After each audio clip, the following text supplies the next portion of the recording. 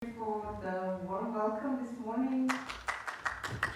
Thank you, guys. So I hope you had a fun last night, because obviously you didn't have much sleep. But this is supernatural, and as Anna said, this makes a compliment for the conference. I'm very happy that here with us are the speakers from one of the most acknowledged and successful companies in Southeast Europe. Thank you also for joining us so early, although I know that you're in a different time zone, so I guess for you it's already almost lunchtime. In the past year, we have set a precedent for Southeast Europe when it comes to unicorns, and the emergence of the first unicorns in Greece, in Bulgaria, and then before that we had UiPath in Romania. And since 2018, since UiPath reached the unicorn state, the tech ecosystem in the region keeps getting stronger and more mature every day. To reach $1 billion valuation in Southeast Europe used to mean beating the odds. And now, in the current climate, to 2022, maybe the year of the most, with the most CEE unicorns up to date. Let me introduce now the speakers in more detail to you. They are business leaders, founders, investors who will explore how now the local startups achieve international success and surpass the limitations of smaller markets. I will start with Andrei Roth, who is the Commercial Pricing Director at UiPath. Andrei also manages the UiPath Automation Awards program that is focused on software automation, startups and scale-ups across CEE. Previously, he was with Microsoft in the Silicon Valley and has held several executive positions in the telco companies. Next in the row is Valery Petrov. He's a partner at 11 Ventures, one of the leading early-stage VCs in Southeast Europe, and an investor at Payhawk, the first Bulgarian unicorn. He's an investment and commercial management leader with over 18 years of experience in private equity, venture capital, and deep and diverse knowledge of the markets in Southeast East Europe, Central Eastern Europe, and Turkey. Last but not least, Sergiu Negut is the co-founder and board member of the fast-scaling Romanian company Fintech OS. He has a background in computer science and international business administration and over 2 decades of experience helping brands grow. Sergiu has been an advisor, a board member, an angel investor, a manager in different industries like health, IT, finance, is also maybe one of the most acknowledged ecosystem builders in Romania. Welcome here with me. I'm very happy that you're here. Before we move to the questions, how do you see the potential for the for the fourth unicorn from Southeast Europe? Is it going to be before the end of the year? Is it going to be in Bulgaria, in Romania, and Greece? Is there a competition? Valery, maybe we can start with you. Well, I think good morning to everybody. First of all, indeed, I mean we already had our second coffee here in our part of the world, but still early for lunch. Thanks for having me here, Irina. Regarding the new unicorns coming up, I believe that there will be at least 2 more in Southeastern Europe till the end of the year, despite I mean some hiccups in the market and the micro situation. We have 2 potential candidates in our portfolio only, but I'm sure that there are quite a few other candidates in Romania, in Greece, and other places in Southeastern Europe.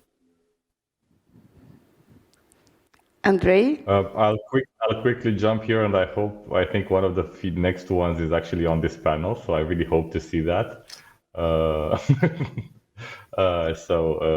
Fintech OS is an amazing company, and I've seen them and I've watched them. I'm always impressed about what they do, so I hope that. I think the potential for unicorns is large, but to Valery's point, it's a factor of multiple variables. So if we had that kind of lamp, that foresight, we would be there. So that's the art of knowing them. The prospects are there, the market's growing, the financing is growing, the founders are more ambitious than ever. So I think we have everything we need to get there. Yeah, no. Sergio, I think you're one of the contendants for the unicorn title. Give me some scoop. Yeah, the only thing that I can say in a situation like this is the usual, I cannot confirm nor deny any allegation that may have been made or not against. So yeah, but So I you think said it we're all. doing a good job at growing the company, and frankly, I think this is a path that gets somewhere, but for a unicorn status to happen, you have to have a financing round. And in order to get a financing round, you have to have two things. First, to want to raise it, and then to, for the investor to put the money. And I don't have at this moment visibility whether this is going to be this year or next year. But hey, the company is doing great. Thank you. We will be following it very closely. The investment market is not, but the company is doing great. Okay, let's maybe speak a bit more about the challenges that founders and companies from Southeast Europe are facing when building billion-dollar companies and billion-dollar businesses. Daniel Dines said that actually coming from a smaller market like Romania has been a blessing, because you have to start thinking about scaling and going international on day one. Sergio, would you like to start? What do you see are the opportunities, but also the challenges? Which are the blessings and which are the hardships?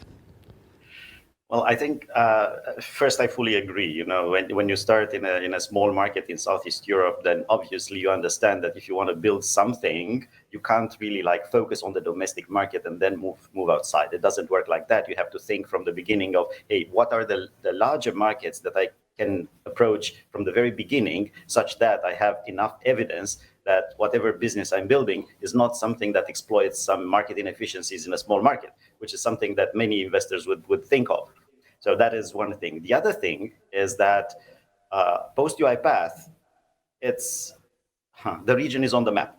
So the region is on the map at a larger scale. So it's no longer, hey, there's something awkward happening there, but hey, it's a great technology company. Can this be the next UiPath? So there is a lot of attention that we are getting as what normal, scaling young technology company. There's a lot of attention that we're getting from the investment space, from basically everywhere where money is available.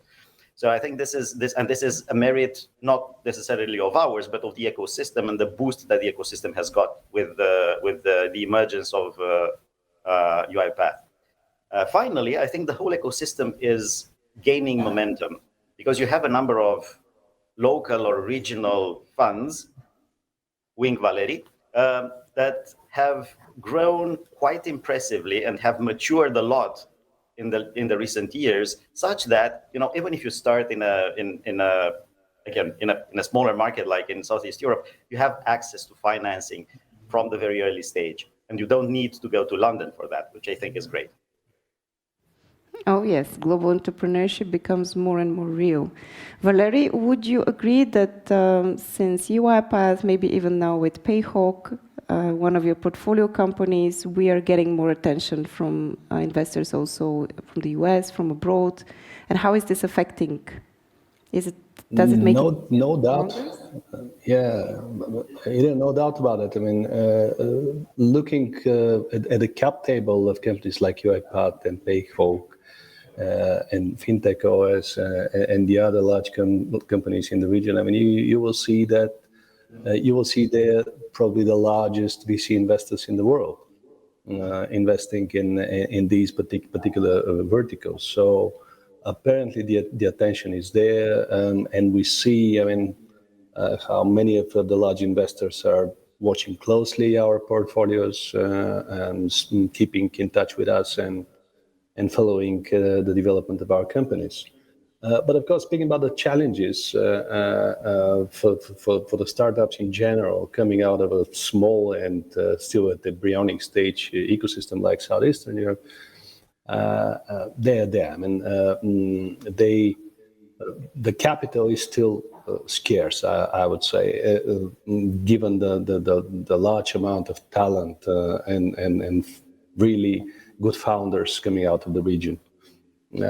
So they have to do everything in a different way. I mean, they have to be much more focused. They have to be faster. They can count on smaller rounds and respectively shorter runways.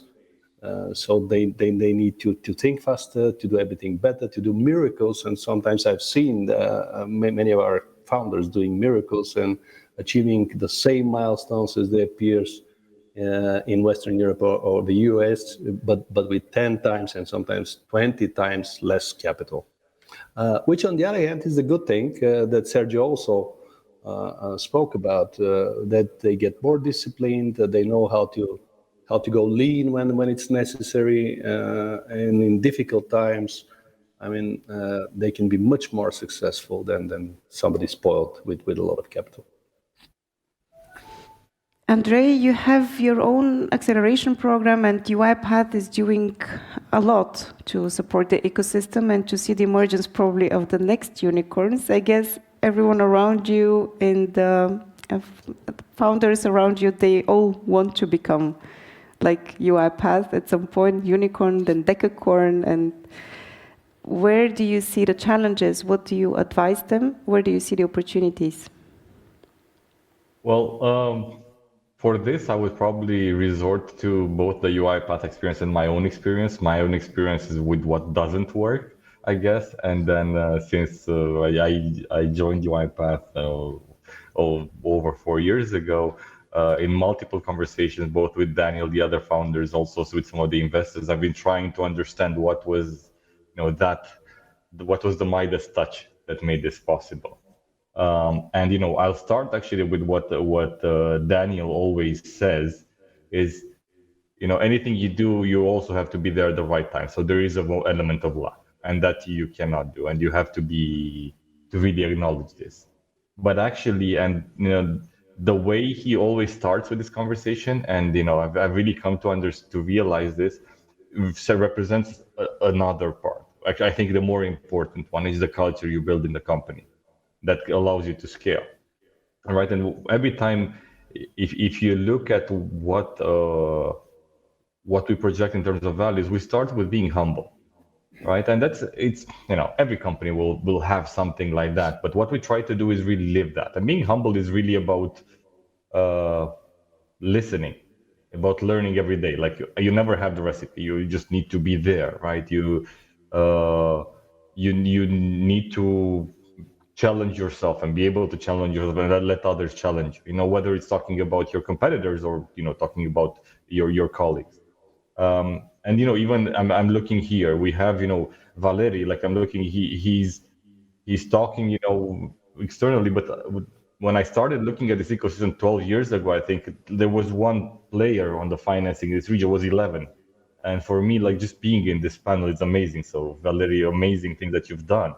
And the way that you approach this, and this is Sergio, I'm not even going to talk about it, like what they're building there, and with an amazing team that actually knows some of the people there, they are even a testament of being humble. That's really a big part of success.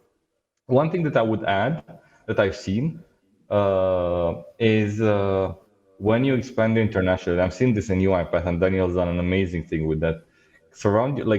As you go internationally, look at the global talent pool and is recruiting your key people, and that means, hire internationally, delegate, experiment locally, give them, okay, you have the culture, but really have that delegation and empowerment at those local levels. Like for UiPath, for me, the most fascinating thing is that our biggest, huge success internationally was in Japan.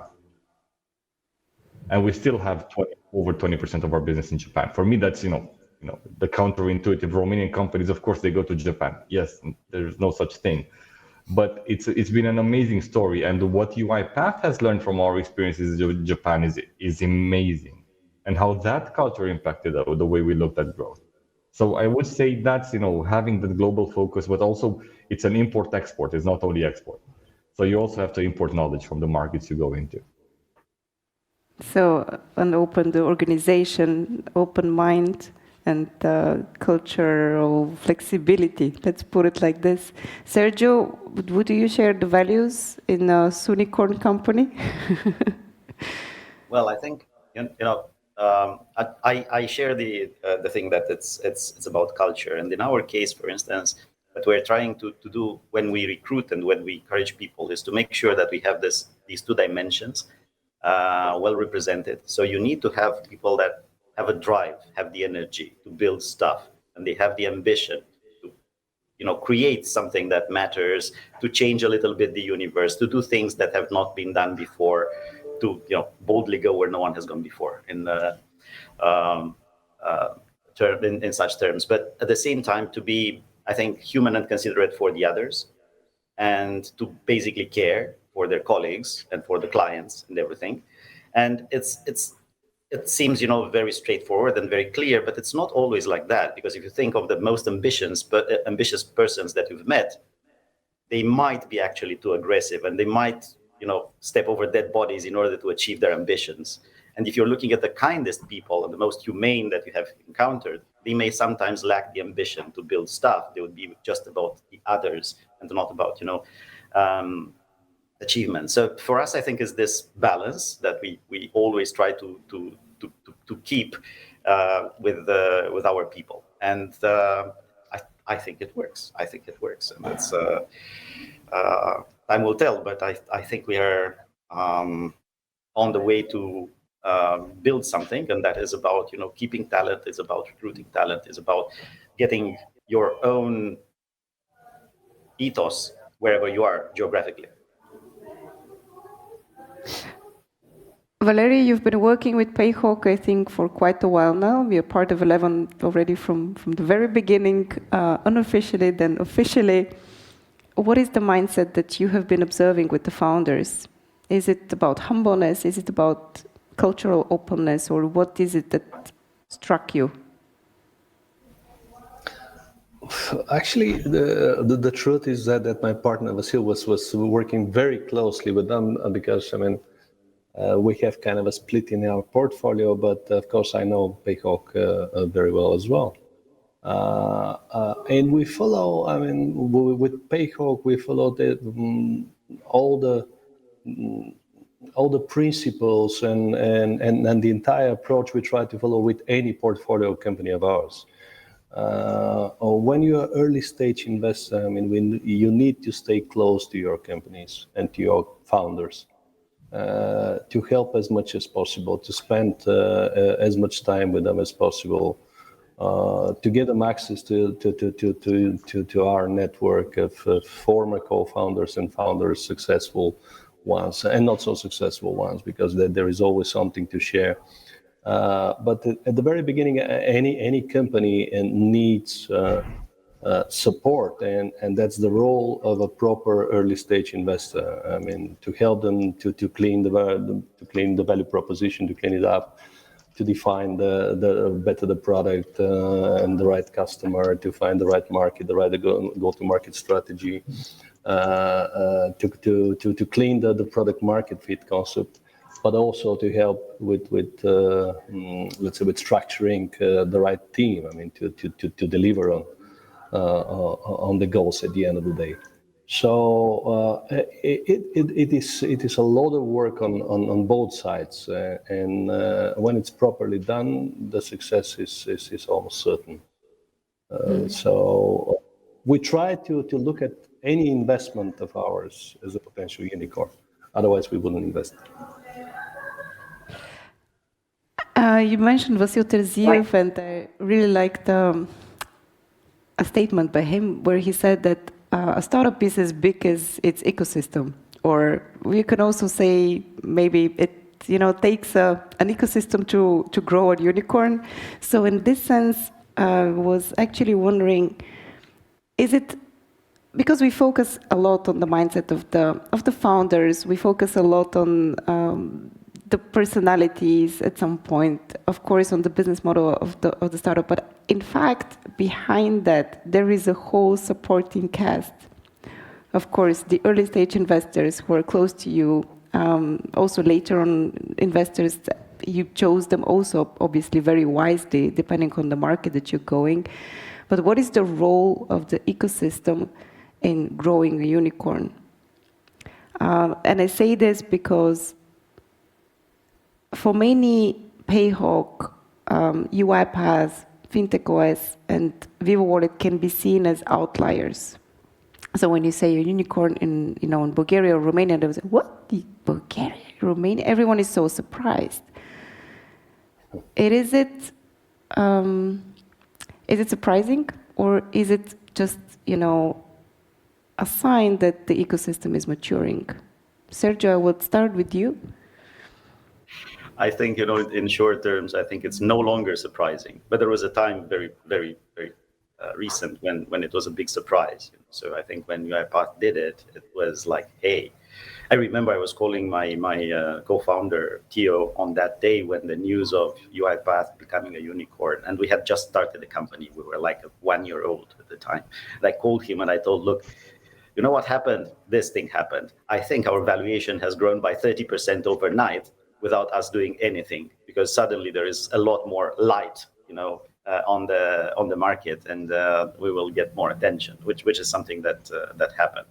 Now, if you have success stories, I think nothing builds the ecosystem more than having success stories and having people in the market that you can call, because they have done it, and they have done it in quite similar circumstances with yours.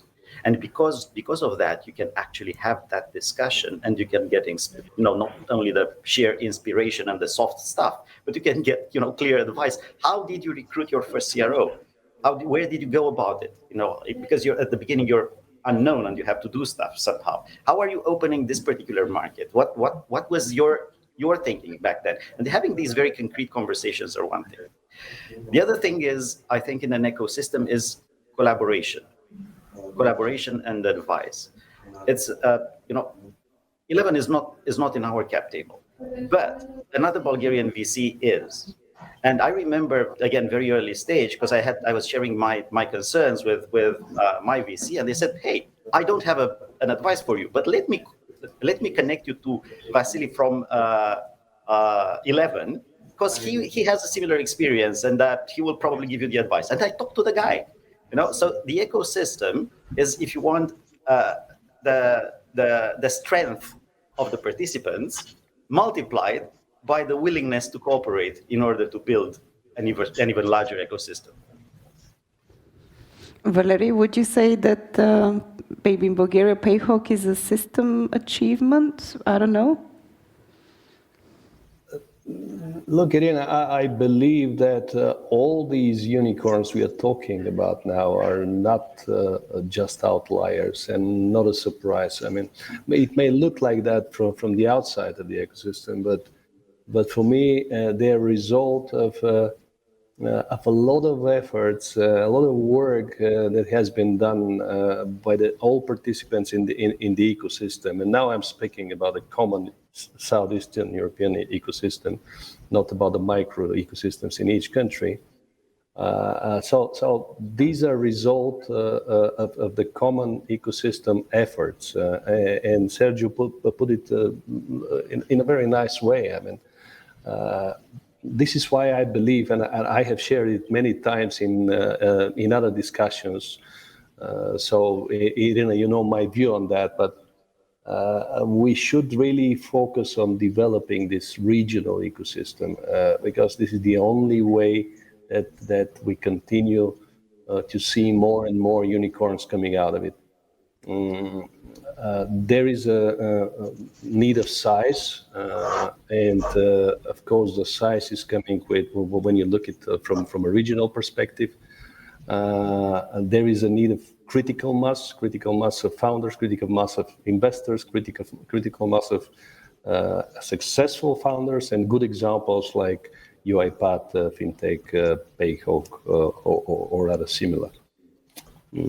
So when you say region, when you say regional perspective, you would mean that we need to be more collaborative and working closer together between the countries? Absolutely, but we should look at it as a one whole common ecosystem, and we are actually, we at 11 believe in it, and we are working hard to develop it this way. And I think that it's going that direction very fast. Everybody in the region understands it, I think, and the results are coming. We see them. Andrei, what about the activities that UiPath is having on a regional perspective? Do you see that as a region, or do you support just the Romanian ecosystem? How do you see your role, especially now with the acceleration program? Well, if you look at the acceleration program, that should answer the question, because we launched it, and we started with a little bit of giving back, but giving back did not mean just for Romania. We started it for the whole of Central Eastern Europe. So the program is actually catered to 19 countries or 20 countries across CEE, and our winners so far have been Romania, Poland, Slovakia, Hungary. We've had finalists from the Czech Republic, from Estonia, from Bulgaria. So the program is definitely an ecosystem program. It's a regional ecosystem rather than a national ecosystem program. So we definitely believe in that. We support them. We work together. Like some of the winners from Poland, we actually work with them. We're both their customer. We also have joint go-to-market strategies with them. We leverage technology, so we really try to help them. And obviously, it's not purely a giving back. It's not an SR initiative, but it's also a way for us to stay, both, let's just say, on top of new technologies and really supporting others. So it's very much a win-win. So definitely, it's about the regional rather not about the common. Just to add to one thing about the power of the ecosystem, and this is my personal story, because when I joined UiPath indirectly because of the ecosystem. So we were developing a technology for document understanding with my previous company, and I reached out to an investor, a regional investor from Earlybird, asking for finance. Like, look, we say, okay, we need to start looking for financing. We were struggling on our go-to-market, and then Dan Lupu from Earlybird, he was the person. He said, actually, there's a company who's about to grow quite fast, which was UiPath, and what you are doing is on the roadmap. So this has actually started a conversation between us and Daniel, and that led us, for us, it was a great go to join this amazing rocket ship, but also for UiPath to build the technology and to jump some steps in going to market with this type of technology. So the ecosystem is not only about financing, but it's also about this network of connections that can really support the growth. So the success of UiPath, it is in fact the success of the ecosystem, because a lot of people were on that rocket making it work together. And sometimes it's even just one intro that can make a lot of difference, right?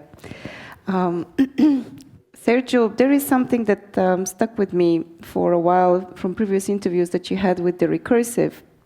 You said that you don't have to run out of money to raise money. What does it mean in practice? And I think probably you're in a similar situation right now.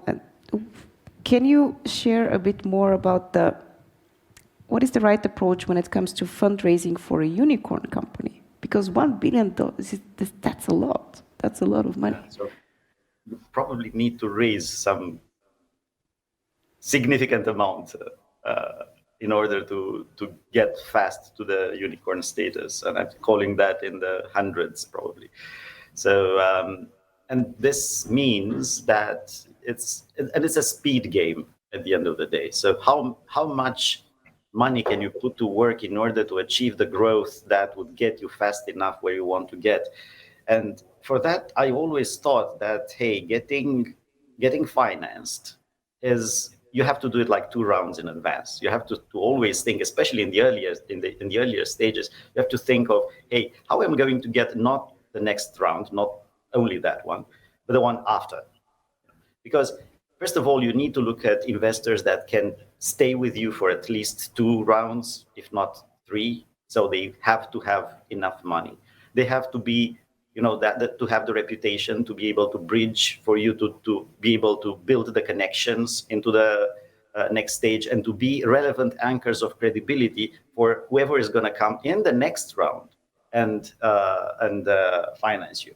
Actually, I remember that when we were very early stage and we were technically looking for a seed, we were talking to a lot of Series A investors. And we were talking to a lot of Series A investors for two reasons. One, we needed their advice to tell us, are we on the right path?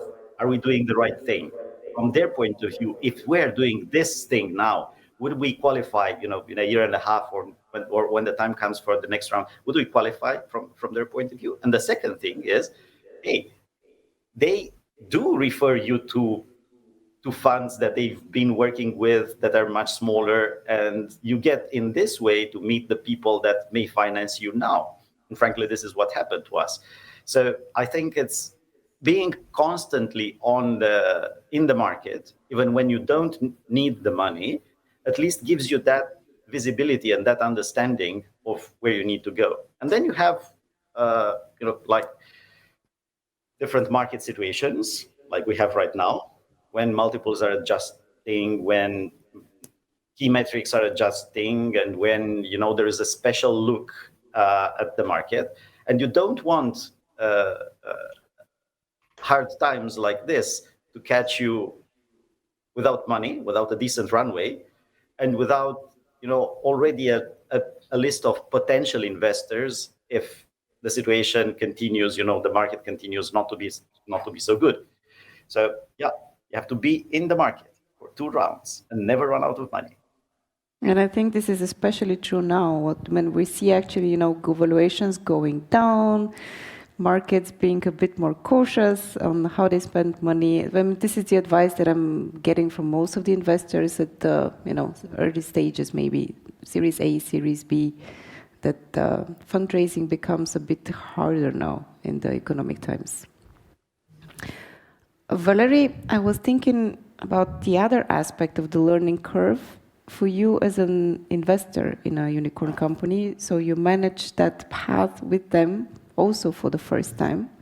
What did you learn about the funding of a unicorn company?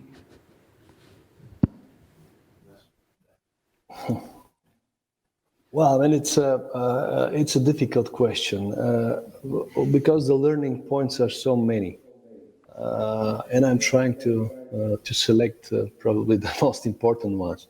But again, I would go to the fundamentals. The learning point is that if you manage to help the company at the very early stage, I mean, to do the right focus on the right product and market, and to build the right team, this is a key factor for success in their next stages.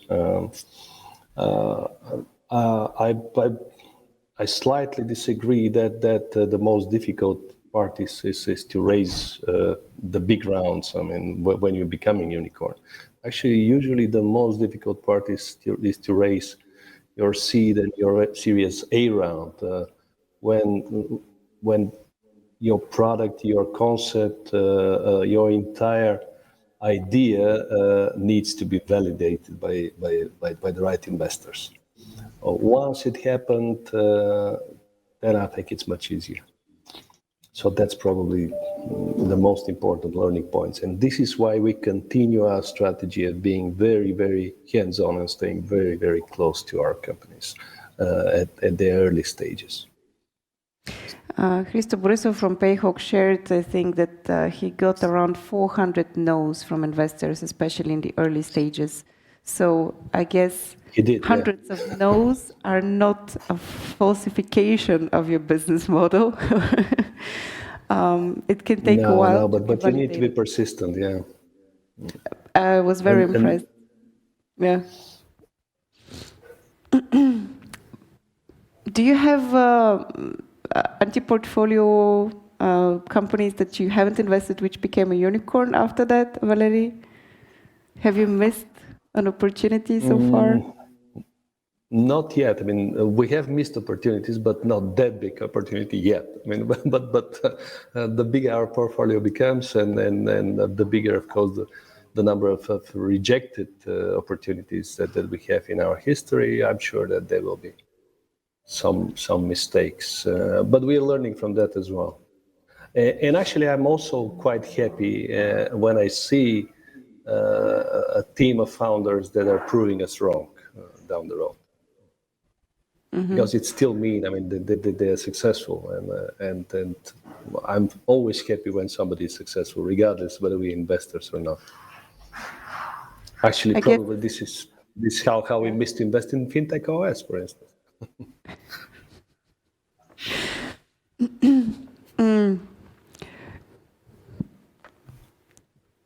I think it was also hard enough for the other Bulgarian VC to jump in. In any case, before we close the discussion, because we have only 2 minutes left, I wanted to ask you about how does it go from here? How do we build strategies to replicate the success? How do we make sure that we will not have 1, 2, 3 unicorns, but 10 unicorns in the years to come? Who would like to start? Andy, like Valery said before about the investment rounds, I think is the same thing in this path of creating the ecosystem and grow the ecosystem. I think the hardest was to get the first ones. Because now what happens is you get more talent and you get to really meet and talk to people that have done it. And I think this is on one hand inspiring. I think it is on the other hand instructive. So you learn stuff and you learn who you need to talk to and what you need to build and what are the economic models that make sense. And then you get also talent in all the operational areas. You understand, you get people that are available in the market and they have done, I don't know, product management, they have done product marketing, they have done things where in the past there was a complete scarcity of talent also in the market. So I think these are the things that are accumulating, and I think it's becoming hopefully easier. Now, as we started from, we didn't get there yet, so I can't really say how easy it is, but it seems feasible. So yeah, looking forward, and I'm also really happy. I think for me, there's value in creating examples, in building and showing everybody else what you have done and how you have done it. Because at the end of the day, if we get a lot more companies to grow and to be significant, then everybody wins. Andy, how many people will actually become millionaires if UiPath is sold? Or I mean, you're already on the Nasdaq, you already IPO'd, but how will the participation in the cap tables of UiPath affect the Romanian market? Do you see a lot of employees reinvesting then back into the ecosystem?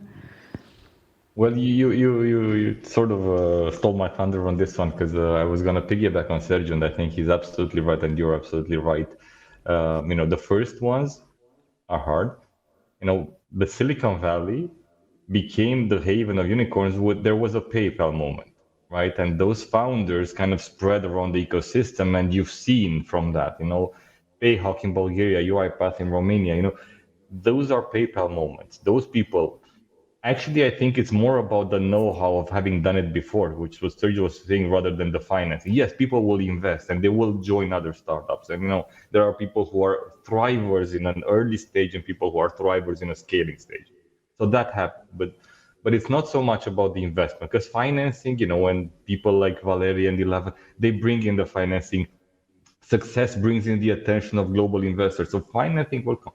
The know-how is key, and this is what these successes, these companies are doing, that democratize access to that type of scaling knowledge. And I think what UiPath has done, what Sergio is doing, what PayHawk and companies in Eleven's portfolio do, this is what they do. They really plant the seeds for the next round. And the next round of unicorns, I hope, is going to be bigger. There's going to be more of them. So, in Romania, there's a proverb which I will translate freely. You actually build your appetite by eating. So I hope that's what we will see. Very much true. Valerie, if you would like to have your 2 cents, otherwise, I would suggest that we finish. I think it was very well summarized by both Sergio and Andy. And I would just say, that good examples are inspiring more good examples. And this is the driver for the ecosystem. The fact we have these unicorns, it's just I would say there will be many, many other followers because they inspire many new founders to do the same. The know-how is there. The successful founders are supporting other starting founders. They're investing in funds as well that supported them before that, because in our funds we have quite a lot of successful founders that are already LPs. And this is how a good and dynamic ecosystem should work. And I think it's because exactly this principle we call the recursive. We always say that stories shape stories because we totally believe that examples will inspire the next examples, and the knowledge sharing will come to a certain accumulation, and this will be better for all of us, and the next examples will be probably even more successful. Looking forward to the next developments in Romania, in Bulgaria, in Greece, and actually in the whole region. And I believe that also that we need to start thinking more as a region and not as countries. Valerie, I really hope that we will see yet another unicorn coming soon out of the 11 companies. Sergio, from what I hear, from what I hear, you're also on the path, probably very close. Keep us up to date, give us the scoop as soon as possible, and looking forward to seeing you in person next time, somewhere in Sofia or Bucharest. Thank you for joining us today. Thank you very much. Thank you. Thank you very much.